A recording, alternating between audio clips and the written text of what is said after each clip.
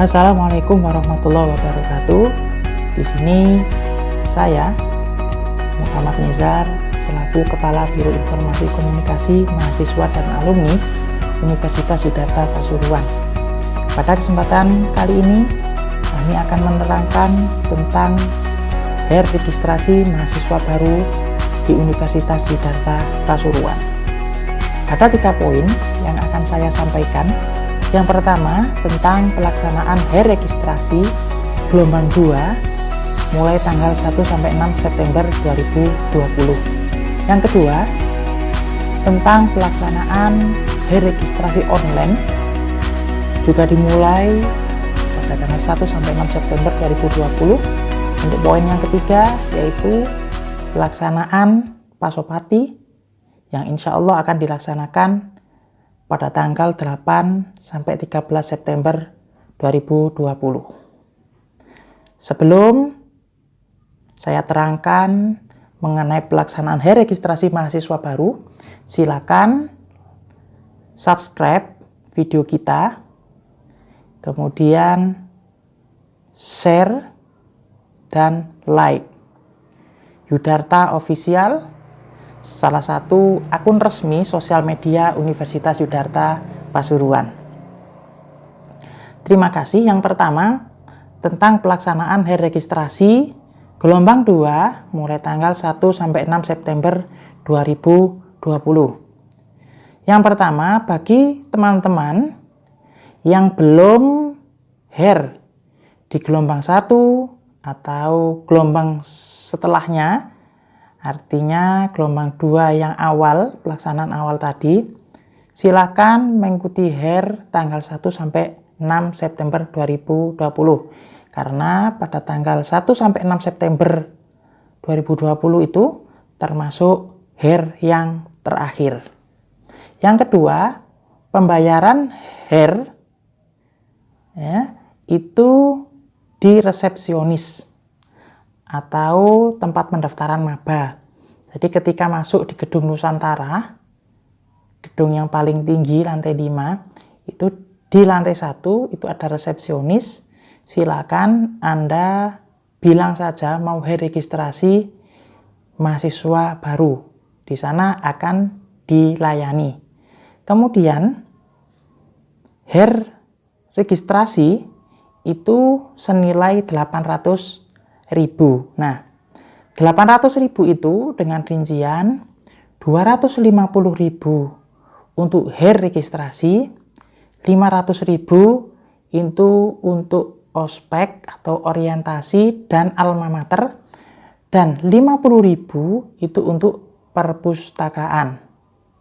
Jadi kalau di total senilai 800.000 rupiah. Nah, 800.000 rupiah itu harus dibayarkan secara utuh karena ini merupakan biaya awal perkuliahan. Yang keempat, bagi mahasiswa yang mengikuti beasiswa KIPK, untuk sementara tidak melakukan pembayaran registrasi 800.000 rupiah. Namun, wajib menyetorkan formulir KIPK ke resepsionis. Ya, jadi bagi Anda semua mahasiswa, calon mahasiswa yang mengikuti KIPK itu tidak diperkenankan dulu untuk registrasi. Nah, kapan registrasinya? Nanti akan diumumkan registrasi itu setelah Anda mengikuti tes wawancara KIPK. Jadi ketika melaksanakan tes wawancara, kemudian Anda dinyatakan lolos, nah itu yang menentukan registrasi. Kalau lolos KIPK, berarti Anda tidak usah membayar registrasi. Namun kalau tidak lolos KIPK, maka Anda akan diperkenankan untuk alih jenjang, alih program, yaitu dari beasiswa ke reguler. Ya. Artinya di reguler tersebut Anda harus membayar 800.000 rupiah. Oleh karena itu bagi teman-teman yang mengikuti KIPK, silakan belajar dengan semangat, berdoa dengan semangat agar nantinya Anda semua yang mengikuti program KIPK bisa lulus semuanya. Kemudian yang kelima, pelaksanaan HER harus ke kampus. Jadi ketika membayar HER registrasi itu harus dilakukan ke kampus. Diusahakan untuk tidak transfer, ya. Jadi langsung ke kampus, karena nanti di kampus Anda akan diberikan kartu kuning. Jadi kartunya itu warnanya kuning, itu sebagai kartu kontrol pembayaran. Nah, kartu kuning dan slip tersebut itu tidak boleh hilang, karena kartu kuning tersebut itu merupakan kontrol pembayaran mulai dari awal Anda kuliah dengan membayar 150.000 itu sampai Anda nanti membayar yang namanya wisuda. Ya, oleh karena itu saran saya yang paling tepat, Anda harus beli map seharga Rp5.000 yang bagus, yang ada lerekannya. Nah, segala yang berhubungan dengan pembayaran, kemudian berhubungan dengan kuliah, yang penting-penting itu dimasukkan di map itu, ya, agar tidak hilang. Kemudian yang keenam, kartu kuning beserta slip pembayaran itu tidak boleh hilang, yang saya jelaskan tadi, ya, karena slip pembayaran akan digunakan untuk pengambil alma mater. Oh ya, jadi di registrasi senilai Rp800.000 itu, ya, itu jangan sampai hilang. Nah, untuk apa? Nanti ketika mengambil alma mater atau jas, Anda akan diwajibkan untuk membawa slip itu, karena di slip tersebut itu Anda telah membayar yang namanya pasopati dan alma mater, ya. Jadi ingat, kalau slipnya hilang, nah berarti Anda nanti tidak mendapatkan alma mater. Oleh karena itu, slipnya jangan sampai hilang, karena slip itu tadi digunakan untuk mengambil alma mater. Yang ketujuh, bagi yang sudah melakukan HER, silakan melakukan HER registrasi online di rumah menggunakan laptop. Jadi besok tanggal 1 sampai tanggal 6 itu ada HER registrasi. Yang sudah bayar 800 itu kan offline. Nah, setelah offline Anda harus online. Caranya bagaimana? Buka sister.yudarta.ac.id di browser Anda, di Google Anda, ya. Nanti loginnya menggunakan username dan password. Nah, di situ Anda nanti akan disuruh untuk HER registrasi. Nah, di HER registrasi nanti itu Anda akan disajikan ada menu-menu tentang harus kolom-kolom yang harus diisi, yang harus dipenuhi dan dicek ulang, seperti nama ayah. Apabila ada yang salah silakan dirubah. Nama Anda, jika ada yang salah silakan dirubah. Kemudian RT, RW, jalan, alamat rumah, nomor telepon, email, kemudian jurusan SMA dan lain-lain itu silakan dirubah, ya, sesuai dengan data yang valid yang Anda punya. Ya. Nah, bagi yang sudah daftar namun belum tes, diperkenankan menghubungi panitia. Nah, ini yang paling penting. Jadi bagi Anda yang daftar di Universitas Yudarta Pasuruan yang belum melaksanakan tes sampai hari ini, itu silahkan Anda datang atau WA nomor panitia penerimaan mahasiswa baru Universitas Yudarta Pasuruan, bilang saja saya belum tes. Itu karena eman-eman, ya. Karena eman-eman sekali kalau Anda tidak kuliah, karena di Yudarta sendiri itu merupakan kampus religius pluralistik dan kampus yang memiliki banyak sekali potensi, bahkan merupakan kampus terbaik di Pasuruan. Itu tadi tentang pelaksanaan HER registrasi gelombang 2. Ingat, tanggal 1 sampai 6 September 2020. Silakan ikuti akun sosial media kita agar Anda tidak ketinggalan informasi. Untuk poin yang kedua, yaitu pelaksanaan HER registrasi online, ya, dimulai tanggal 1 sampai 6 September 2020.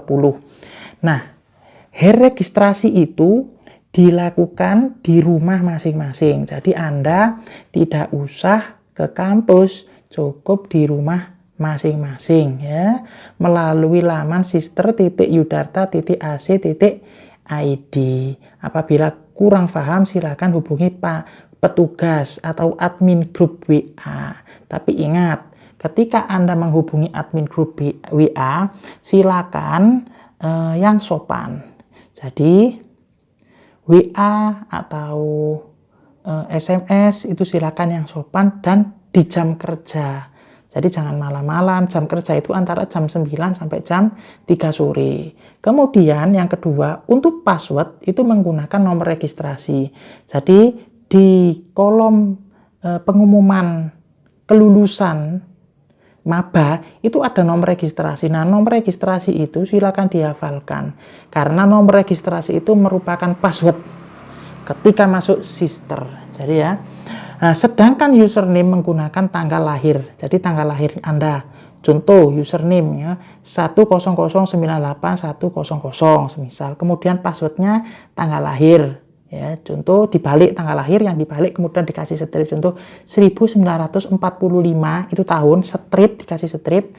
Kemudian 08 strip 17. Artinya dia lahir pada tanggal 17 Agustus 1945. Cuma passwordnya dibalik. Jadi 1945 strip 08 strip 17. Nah, itu username-nya, passwordnya. Nah, username dan password ini diusahakan untuk tidak dikasih tahu ke teman-temannya. Karena sifatnya username dan password ini sangat rahasia sekali.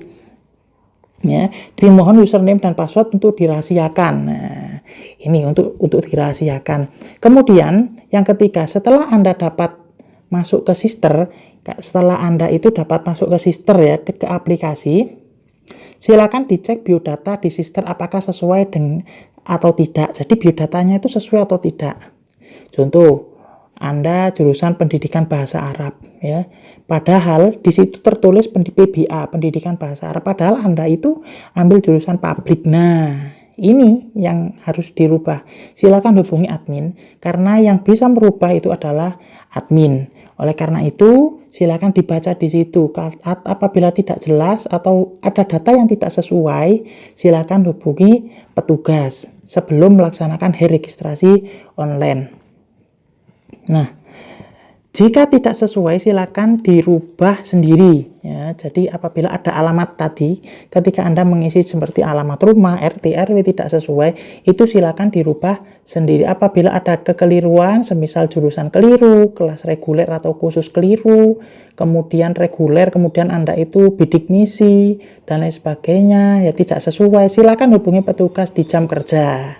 Khususnya yang beasiswa. Yang beasiswa ini kan kemarin daftarnya kan reguler biasa, padahal dia daftar beasiswa. Silakan hubungi petugas biar nanti dirubah data tersebut. Yang keempat, untuk biodata di sister silakan dilengkapi dengan data yang valid. Artinya ada NIK, nomor NIK. Nah, silakan itu lihat KTP. Kalau tidak punya KTP berarti menggunakan KK. Kemudian yang kelima, ingat ketika Anda melakukan pastikan jurusan Anda tepat karena tidak dapat dirubah lagi. Jadi jurusannya itu tepat. Ketika tidak tepat itu tidak dapat dirubah lagi. Yang keenam, setelah dianggap selesai dan valid, silakan melakukan registrasi online. Di situ ada kolom yang namanya registrasi online, diklik aja. Nah, ketika diklik di situ ada biodata yang nantinya harus Anda isi sesuai data yang valid. Kemudian yang terakhir itu ada NIM, nomor induk mahasiswa, diklik ya. Kalau sudah valid, bismillahirrahmanirrahim, diklik, itu akan muncul nomor NIM. Nah, nomor NIM itu silakan ditulis, siap-siap pulpen, ditulis berapa ya. Kalau sudah ditulis, ya, kemudian ditulis di kartu kuning. Di kartu kuning tadi ada nomor NIM, nah itu ditulis di situ. Ya, biar tidak lupa. Yang ketujuh, apabila ada data yang harus dilengkapi, silakan dilengkapi sampai proses akhir selesai. Yang kedelapan, setelah melakukan online, Anda pasti akan mendapatkan NIM. Silakan NIM tersebut dicetak dan dihafalkan. NIM-nya itu dihafalkan. Yang sembilan, apabila proses NIM selesai, Anda tidak diperkenankan pindah jurusan. Ya, jadi kalau NIM-nya sudah ada, Anda tidak boleh pindah jurusan. Tidak boleh lagi pindah jurusan. Yang 10, setelah mendapatkan NIM, di minggu berikutnya Anda akan disuruh melakukan FRS atau Form Rencana Studi, yaitu pemrograman mata kuliah yang akan ditempuh di semester 1. Ya, namun FRS ini nunggu informasi dari Bigma, dari informasi di grup. Ya. Yang perlu diingat bahwa ketika Anda telah mendapatkan NIM, nah, username dan password nanti itu akan berubah dengan sendirinya. Jadi username itu bukan nomor registrasi, tapi menggunakan NIM. Ya. Jadi NIM passwordnya tadi berubah. Ya. Yang pertama kali sebelum registrasi online, Anda kan akan masuk menggunakan nomor registrasi dan tanggal lahir. Setelah Anda mendapatkan NIM, maka passwordnya otomatis berubah NIM. Ya. Passwordnya berubah NIM dan username-nya berubah NIM, kemudian passwordnya tetap menggunakan tanggal lahir. Seperti itu.